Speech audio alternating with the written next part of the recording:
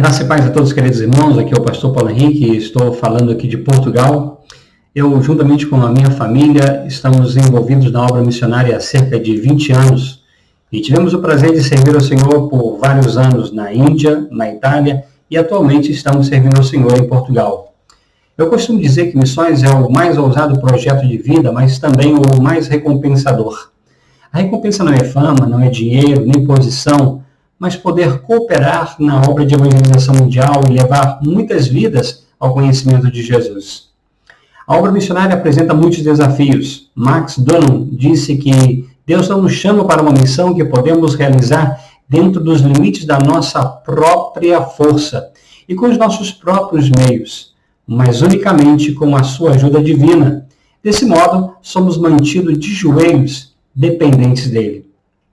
A atual situação de pandemia fez com que esses desafios se tornassem ainda mais árduos. Por causa da pandemia, a cotação do dólar e do euro subiu como nunca antes, mais de 50% em menos de um ano, prejudicando grandemente o sustento dos missionários que trabalham fora do país, como é o nosso caso. Consequentemente, os missionários precisam de mais reais e, em troca, recebem bem menos dólares ou euros para a sua manutenção mensal. Outro desafio é como realizar a obra missionária em tempos de pandemia. É sem dúvida um tempo desafiador, mas mesmo diante desses enormes desafios, os missionários continuam atuando e levando a palavra de Deus àqueles que precisam, porque para isso foram chamados por Deus. Hudson Taylor, que foi missionário na China por mais de 50 anos, disse: "Eu descobri que há 3 estágios em cada grande obra de Deus. Primeiro, é impossível. Em seguida, é difícil e então ela é feita." Se a obra missionária fosse fácil, ela já estava completa, já tinha terminado.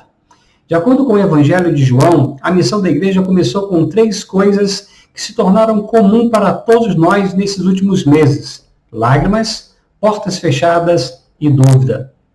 Lágrimas. Em João capítulo 20, versículo 1 ao 8, no primeiro dia da ressurreição, Maria Madalena ela chorava no jardim, do lado de fora do sepulcro vazio. Para sua surpresa, Jesus a encontra e deu a ela uma missão: contar aos discípulos que ele tinha ressuscitado. Portas fechadas.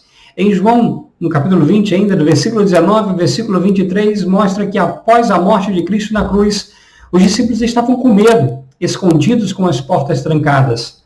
Mas mesmo com as portas trancadas, Jesus aparece para eles depois de ressuscitado e lhes dá uma missão: assim como o Pai me enviou, eu envio também a vós. Dúvidas. Na primeira vez que Cristo aparece para os seus discípulos, Tomé não estava presente. Mas quando soube que aconteceu através dos demais apóstolos, ele não creu. E disse que somente iria crer se Jesus aparecesse e provasse a sua identidade. Então, nos versículos 24 a 29, Jesus aparece mais uma vez e convida Tomé a tocá-lo e a ver as feridas das suas mãos e em seu lado. Cicatrizes essas que provavam sua identidade e revelavam também o seu grande amor. No presente tempo, também temos de enfrentar lágrimas, portas fechadas e dúvidas. Lágrimas que representadas na perda de pessoas queridas, de empregos para a manutenção das famílias e pela situação difícil que vivemos neste momento. Portas fechadas que representam o confinamento, o distanciamento social, o medo de não saber quando voltaremos à normalidade. Dúvidas, porque não sabemos quando isso vai passar. São sentimentos de dúvida e incerteza, acompanhados de angústia, solidão e desespero. O que vamos fazer como igreja? A resposta é o mesmo que a igreja tem feito ao longo de cerca de 2000 anos de história. A igreja teve de enfrentar esses problemas logo nos seus primeiros dias, mas na força do Senhor não só superou esses momentos, como também avançou e cresceu rapidamente.